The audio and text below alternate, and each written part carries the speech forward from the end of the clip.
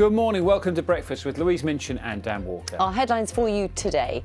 Good morning, it's Tuesday the 8th of September. Our main story for you: start taking coronavirus seriously or face a bumpy ride ahead. That's the warning from England's Deputy Chief Medical Officer, following the UK's highest numbers of daily cases since May. Professor Jonathan Van Tam said people had relaxed too much over the summer and must now re-engage with social distancing rules.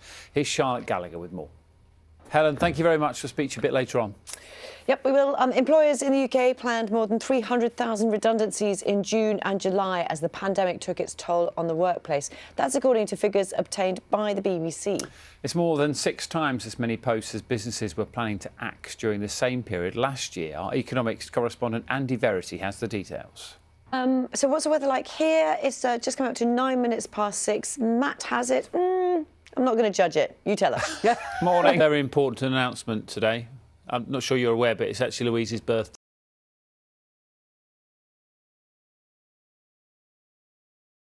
I can't believe you didn't know, and you haven't probably bought her a Dan only present. found out because my good friend Rob Rinder said Sure, thank you. I put it in my phone a few years ago. But actually, Sally sent me an found emergency... out my true friend. Sally sent me an emergency text saying, "Is it Louise's birthday?" Rob and, Rinder, you know who you are. Happy birthday. Well, happy birthday. I bought you this gift, this mug, Precisely which you nothing. can't touch for social distancing Which I also purposes. can't take home either because they belong here. Yes. Thanks, Dan. Should we have a look at some of today's front pages? If you're Because, I mean, maybe you just, I don't know. If you're anti-weed, yes. Football today is yesterday. Sally was talking about Novak Djokovic For all the wrong Yes. reasons. And today, front page of many of the papers. This is the Back Mirror pages, and front the back pages, every pages. You stupid boys is the headline here. This is quarantine rules. They were young stars Foden and Greenwood sent home after sneaking 2 Icelandic girls into their hotel room. It's been a difficult few weeks, isn't it, for Gareth Southgate? Yeah. Lots of things to deal with. The Harry Maguire situation. These two now as well, and Sally's going to be looking at this throughout the morning for us.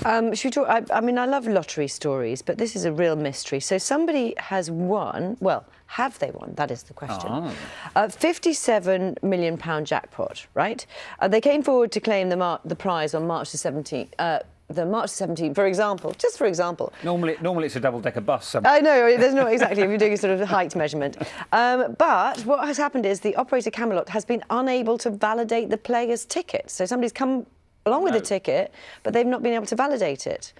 So, I mean, I don't know what could have wrong. There's sort of speculation about what went wrong, theories including it could be damaged or have been lost.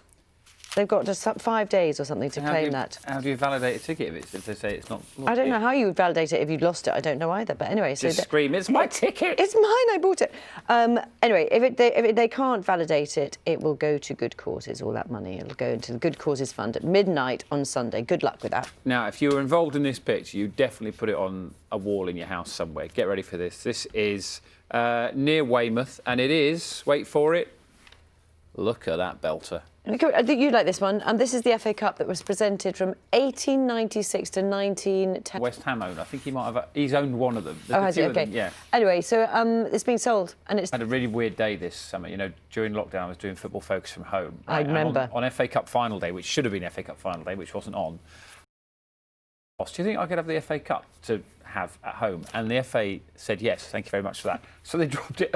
They dropped it off at my house. Do they not? It normally comes with a security guard. The normal 2 security guards, who are brilliant, Yeah. just said, "Listen, we know that you've sort of used this before, so take care of it." And they left it with couldn't you. come into my house. They So I had the FA Cup in my house for like 4 hours. It was magnificent. Because whenever it comes in here, it's kind of like heavily guarded. We can't touch it. No, but they were outside, and Right. you know they were watching over everything, and I'm funny. glad that at least somebody in the world trusts me to take care of something important. Oh, brilliant. 16 minutes past 6. The theatre impresario Andrew Lloyd Webber will today ask the government to do more to help the performing arts industry survive the impact of lockdown and coronavirus. Most theatres remain closed because current social distancing rules mean audiences would be too small to turn a profit. Now, hopefully, we can speak to Nina, who is in Liverpool, and can tell us a bit more. Good morning, Nina. Job, but we can't hear all of it. So we're going to have to leave you there. She's still talking, bless her. We'll be back with you a little bit later. Don't worry, my lovely. We will sort it out. We'll try and fix whatever's not working properly. Had a few sound issues there. Yeah. But we'll work it out for you, and we'll be back Yeah. in Liverpool a little bit later on.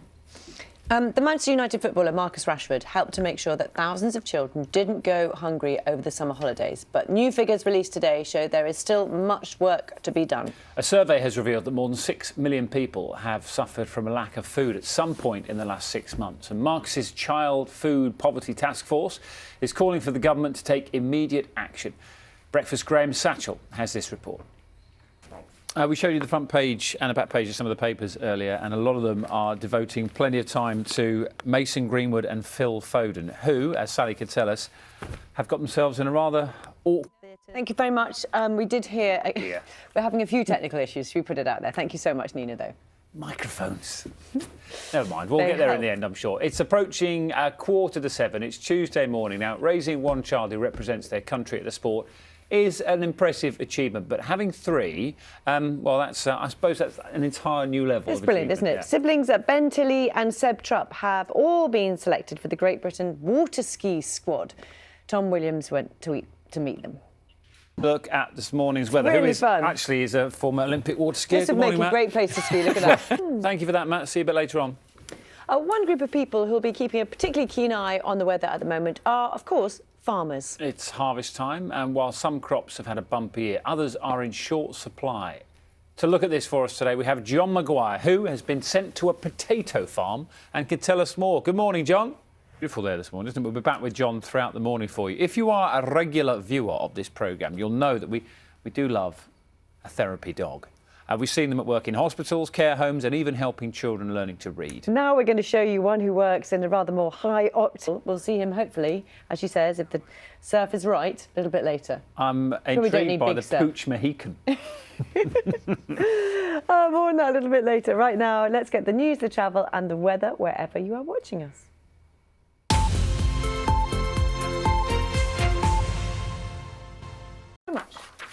Employers in the UK planned more than 300,000 redundancies in June and July as the pandemic took its toll on the workplace. This is according to figures which have been obtained by the BBC.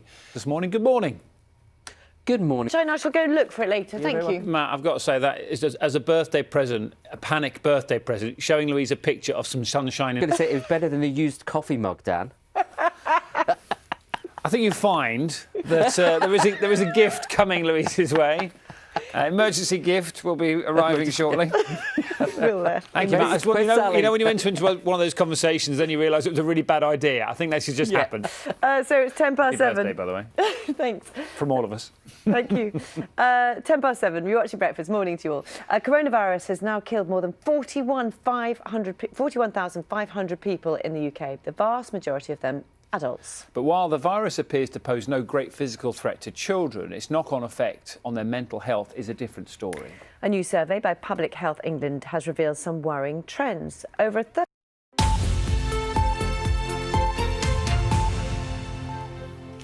Hello, good morning. Watching Breakfast with Louise and Dan this morning. Let's get you up to date on the latest news. 7:30. England's Deputy Chief Medical Officer has warned that people must start taking coronavirus seriously or face what he calls a bumpy ride ahead. Thanks, Val. It's 7:47. Let's show you some lovely pictures from somewhere where we're... Morning. I mean, I suppose if you know it's coming, you would prepare, but I mean, that is just something else, isn't it? Talk to me. I'm not talking about. I'm talking about myself there. No comment. Moving on. Think. If you're a park runner, then it's time to dust off those trainers which may well have been languishing in your wardrobe since, what, March? Yeah, the runs or walks, if you prefer, are due to restart in England next month. Let's get a sense of how the event has changed over the years. Stay with us.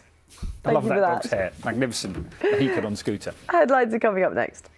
It's Helen Catt with the latest from Westminster for us. Let's talk about coronavirus restrictions as well. Caerphilly becomes the first county in Wales to have a local lockdown from 6 o'clock tonight. Let's get more from our Wales correspondent, Howard. For us today. Oh, it's very nice. It looks very peaceful behind you. Good morning. Let's return to our... How much, just to explain to us, the numbers being tested, the numbers being found positive, what's the correlation? Professor Semple was about a vaccine, and he was quite clear saying it's something to look forward to, but it's not a catch-all. What is the latest we have? Because Matt Hancock again was referencing this in the last few days. Well, there are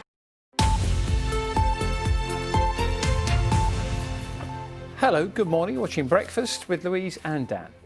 The theatre impresario, Andrew Lloyd Webber, will today ask the government to do more to help performing arts industry survive the impact of lockdown and coronavirus. Most theatres remain closed because of current social distancing rules. That means audiences would be too small to actually make a profit. Nina is inside a theatre this morning, well, near one anyway, in Liverpool to tell us more. Good morning, Nina. And we're going to get a sense of real concerns from people. You know, everyone talks about the interaction with others, but that, as somebody who obviously thrives from that interaction with a live audience, is that something that you've probably not had as long a time as this without that in your life, have you? Because I know you're away at the moment. This idea of sort of seat out to help out, which we had eat out to help out, which was, really helped a lot of businesses. That could be, I suppose, one way of encouraging people back in and helping. Been working on, because we're going to see a new series of Better Things, and I know, having seen what you said about this series in the past, this is... Is it looking morning again? Good morning, looking pretty warm. Serious temperature change. It's just unbelievable, isn't it? Unbelievable. Thank you very much. Difficult to get your head round. We know that one group of people who really keep a particularly keen eye on the weather pretty much all the time are farmers. And it is a big time of year, it's harvest time. Some crops have had a bumpy year, others are in short supply, aren't they? But John Maguire is on a farm and can tell us more. Oh, John, I do love it when you get your drone out. Good morning. Walk us through that experience. What was it like? Oh, it was just so surreal.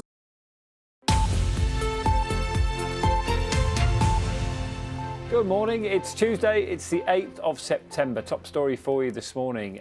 Start taking coronavirus seriously or face a bumpy ride ahead. That's the warning from England's Deputy Chief Medical Officer after the UK's daily total of COVID cases reached nearly 3,000 for 2 consecutive days. Earlier, the Housing Secretary, Robert Jenrick, told BBC Breakfast that people must start following hygiene and social distancing rules. Our political correspondent